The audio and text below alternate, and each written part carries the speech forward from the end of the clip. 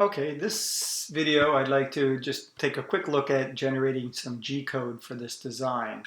So before we do that, one of the things I'm going to do is let's go to the end, get our flattened design. Now, I realize it might be a little confusing to have all these items in here. So let's just highlight them all and create a group. And now we can just go between the bowl and flat pattern like this.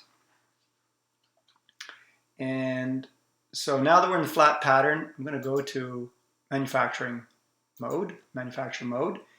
And to be absolutely sure that the codes are correct, it shows that they're all correct, but since we've been making some changes, I'm just going to regenerate the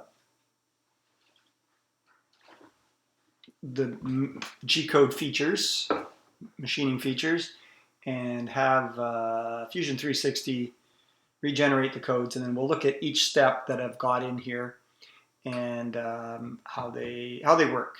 And I'm nowhere near as experienced in the CNC router as some of my audience, I'm sure, and so people will have suggestions, improvements. I'd love to hear them. By no means is this the most expert or correct way to do anything. This is kind of what I've come up with. So the first feature that we're going to look at is a profile, but it's a profile using a 1/2" V-bit, 90-degree V-bit, and this is for making the chamfers. And so I've selected this tool from my tool crib based on how I've set up the tools in Fusion 360, and the geometry selected here is the inside edge of the chamfers, and I did it as a 3D contour rather than a chamfer feature. It gives me some ability to play around with it and try to avoid some tool marks. I haven't been totally successful in that, but you can look through the items I've done. I've used an offset and an overlap to a chamfer tip overlap of 1 millimeter so that I'm not trying to cut right on the edge. I think I found the 1 millimeter might actually not quite be enough.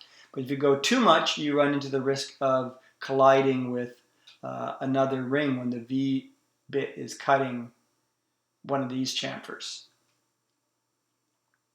Okay, so there's one set, and then I've redone a second set. They're effectively the same, but this is a slower pass that just takes, I think I've got 0.2 or 0.3 millimeters. And typically what I'll do is actually copy the same feature and just edit it slightly. So I'll edit the speed to take it down, and I'll edit the stock to leave. I find that's a really convenient way to do things. The stock to leave is quite powerful. So in the passes dialog box, under stock to leave, I've left 0.3 millimeters in the first go round. And then in the second toolpath,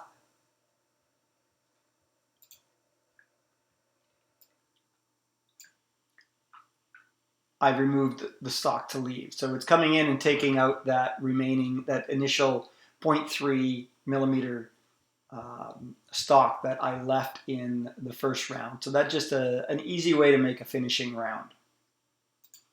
Okay. Next feature is a pocket. And the pocket geometry that I've chosen here is the offset areas. So these are the areas that the successive rings nest into for assembly. And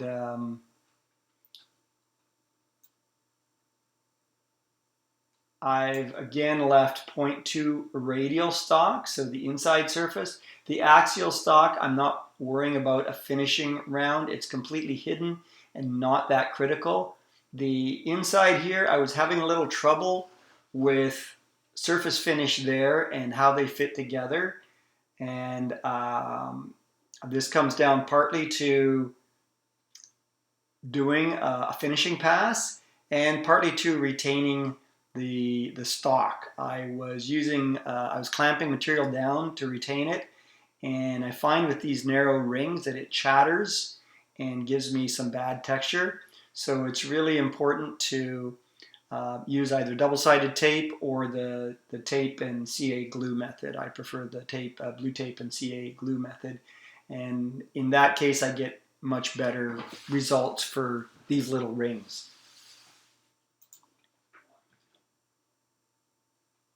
And you can see the multiple steps of the toolpath.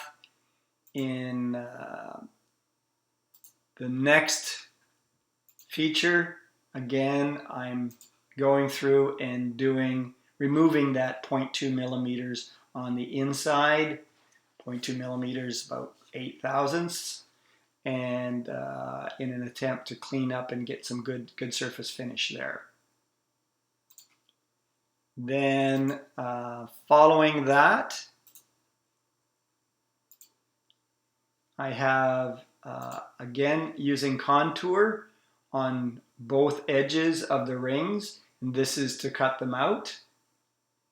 And what I've done here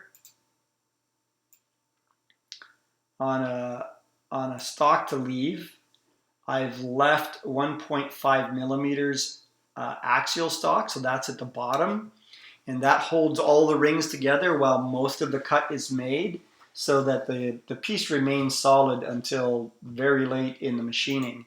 And then the final tool path comes through and it uses the same selection. So again, it was a copied toolpath definition and then edited.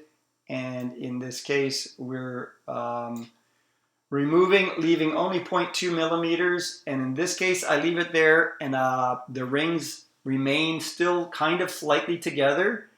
And that tiny skiff of wood is something I can cut out with a knife and then clean up on my sander, the random oscillating spindle sander. And that's basically the manufacturing steps. If you have more questions, want more detail, let me know. Happy to talk about it. I do find that if things haven't been properly or well locked down, that there's a lot more finishing to do. My material for making these was maple. It machines nicely, but I'd be tempted to try one where I do perhaps part of it in maple and part of it in walnut, and then see the alternating colors. Thanks for watching. Let me know if you have questions.